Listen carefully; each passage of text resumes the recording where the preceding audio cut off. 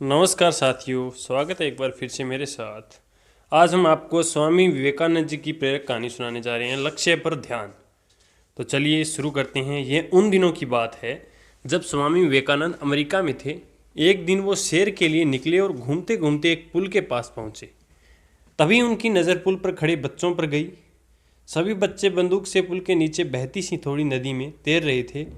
अंडों के छिलकों पर निशाना लगाने की लगातार कोशिश कर रहे थे। कई कोशिशों के बाद भी एक बार भी अंडे के छिलके पर सही निशाना नहीं लग पाया। यह देखकर स्वामी विवेकानंद बड़े हैरान हुए। उनके मन में हुआ कि मुझे भी एक बार कोशिश करनी चाहिए। उन्होंने बच्चों से बंदूक मांगी और खुद निशाना लगाने लगे।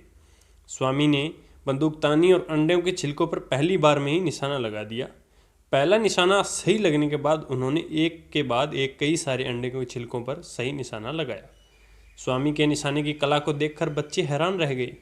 बच्चों ने स्वामी जी से पूछा कि आखिर वो कैसे एक के बाद एक सही निशाना लगा रहे हैं। आगे बच्चों ने कहा कि बहुत देर से उन छिलकों पर निशाना लगाने की कोशिश कर रहे हैं, लेकिन ऐसा नहीं हो रहा है। हमें भी बताइए, सही तरीके से निशाना लगाने के लिए क्या करना चाहिए। स्वामी जी ने बच्चों को जवाब देते हुए कहा कि इस दुनिया में ऐसी कोई काम नहीं है जो किया नहीं जा सकता। दुनिया में कोई भी काम असंभव नहीं है। बस अपना सारा ध्यान उस काम की तरफ लगाओ जिसे तुम्हें करना है या जिसे तुम कर रहे हो। उन्होंने आगे बताया कि अगर निशाना लगाते वक्त तुम्हारा सारा ध्यान अंडों के छिलकों पर होता तो तुम तुरंत निशाना ठीक तरीके से लगा पाते। कहानी से हमें यह सीख मिलती है कि लक्ष्य को पूरा करने की चाहत रखने वालों को हमेशा पूरा ध्यान उस लक्ष्य पर ही रखना चाहिए।